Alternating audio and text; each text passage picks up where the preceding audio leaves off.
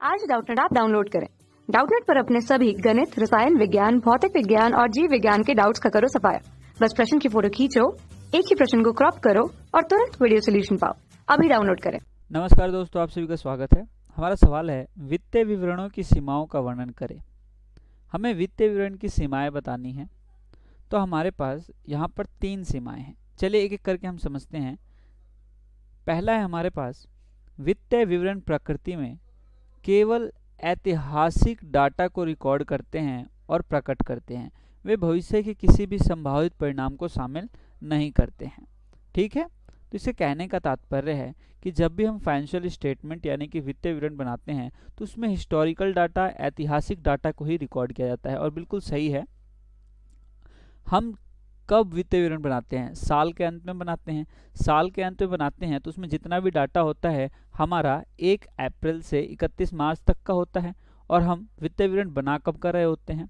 मान लीजिए 1 अप्रैल 2019 से 31 मार्च 2020। अगर हम इस डेट को अपना वित्तीय विवरण बना रहे हैं तो इसके बीच दौरान में जितना भी हम डाटा लेंगे वो हमारे लिए हिस्टोरिकल डाटा यानी कि ऐतिहासिक डाटा होगा, और वही हम अपने वित्तीय विवरण में प्रकट भी करते हैं। ये बात आ गई समझ में। वे भविष्य के किसी भी संभावित परिणाम को शामिल नहीं करते। बिल्कुल सही बात है। अगर भविष्य में यानी कि 2022 में अगर हमें कोई पैसा मिलना है, कोई अमाउंट हमें रिसीव होना है यानी कि प्राप्त होना है, तो उसको हम अपने इस साल के वित्तीय विवरण में शामिल नहीं करेंगे। तो इस बात को भी हमने यहाँ पर समझ लिया।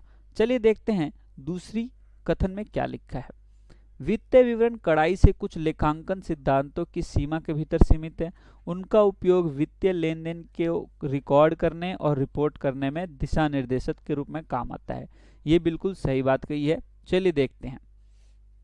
इसने कहा कि वित्तीय विवरण कड़ाई से लेखांकन सिद्धांतों, अकाउंटिंग स्टैंडर्ड्स को फॉलो करता है, लेखांकन सिद्धांतों को फॉलो करता है। लेखांकन सिद्धांत जैसे कि मान लीजिए हमारा हो गया यहाँ पर, कब हम जो हमारे को राशि प्राप्त हुई है, जो भी हमें अमाउंट प्राप्त हुआ है, उसे कब हम अपने खातों में दिखाएंगे।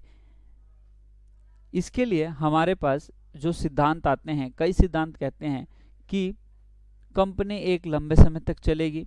दूसरा कहता है कि कई बार हमें जो पैसा मिलता है वो यानी कि हमारे जो लाभ हैं उनको होने पर ही करेंगे, होने पर ही दर्शाएंगे। ठीक है, दर्शाएंगे अपने खातों में, और हानि के लिए अभी ही दर्शा देंगे। ठीक है, तो यही चीज़ ये कहता है कि लेखांकन सिद्धांत के अनुसार हम वित्तीय विवरणों को बनाते हैं और उनका उपयोग वित्तीय लेन देन के रिकॉर्ड करने और रिपोर्ट करने में दिशा निर्देशक के रूप में काम आता है। आप सभी ने देखा होगा कि जब भी हम फाइनेंशियल स्टेटमेंट, वित्तीय विवरण बनाते हैं तो हमारी कंटीजेंसीज जो होती हैं, कंटीजेंसी या कंटीजेंट लायबिलिटी जिसे बोलते हैं, उनको हम वित्तीय विवरण में ना दिखाकर कहाँ दिखाते हैं? नोट्स में, वर्किंग नोट्स में, जिसे हम हिंदी में टिप्पणी भी कहते हैं। टिप्पणियों में भी हम दिखाते हैं। ठीक है दोस्तों, टिप्पणियों में भी हम दिखाते हैं। इसका अभिप्राय यही है कि ये एक लेखांकन सिद्धांतों के अनुसार किया जाता है और उसकी रिपोर्टिंग भी उसे दिशा निर्देश के अनुसार की जाती है। तीसरा है हमारे पास, वित्तीय विवरण। वित्तीय विवरण केवल कंपनी के वित्तीय लेन देन की सारांश रिपोर्ट है। बिल्कुल सही है। वित्तीय विवरण में इस तरह के लेन देन के बारे में सभी विस्तृत जानकारी का खुलासा नहीं किया जाता है। आपने देखा होगा, अगर कोई हम मान लीजिए परिसंपत्ति यानी कि हम फिक्स्ड एसेट्स की बात करते हैं। फिक्स्ड एसेट्स हमारे डेप्रिसिएशन लगने के बाद जो उसकी हमारी बकाया राशि होती है उस पर दिखाया जाता है।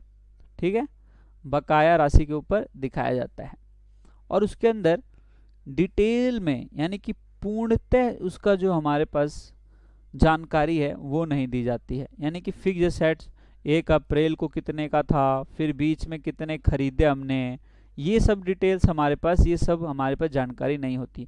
केवल हम एक सारांश रिपोर्ट तैयार करते हैं और उसे वित्तीय विवरण के अंदर दिखा देते हैं। ज़्यादा हम क्या करते हैं, एक टिप्पणी बना लेते हैं और उसके अंदर भी हम दिखा देंगे कि इस वर्ष से इस वर्ष तक के लिए हमने डेप्रिसिएशन लगाया है। इसी चीज़ को इस कथन में भी कहा गया है कि वित्तीय विवरण यानी कि कंपनी जो है वित्तीय विवरण में केवल सारांश रिपोर्ट दिखाती है और विस्तृत जानकारी का खुलासा नहीं किया जा सकता है। ठीक है, ये 3 कदम हमने यहाँ पर आपको समझाए और यही है हमारी वित्तीय विवरण की सीमाएं। धन्यवाद दोस्तों। कक्षा 6वीं से 12वीं से लेकर नीट, IIT, JEE वो एडवांस के लेवल तक 1 करोड़ से ज्यादा छात्रों का भरोसा। आज ही डाउनलोड करें डाउटनेट ऐप या व्हाट्सएप करें अपने सारे डाउट्स 8400 400 400 पर।